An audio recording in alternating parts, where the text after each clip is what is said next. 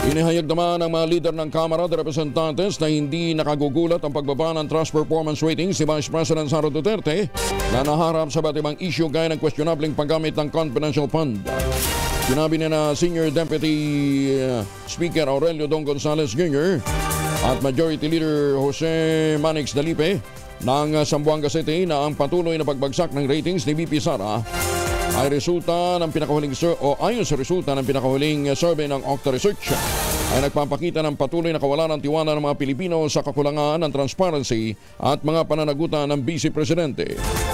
Iginit naman ni Gonzales, simple lamang ang tanong, pakipaliwanag ang paggamit ng confidential fund noong ito'y Secretary pa ng DepEd at sa mga safe houses na binayaran ng 16 million pesos para lamang sa loob ng 11 araw.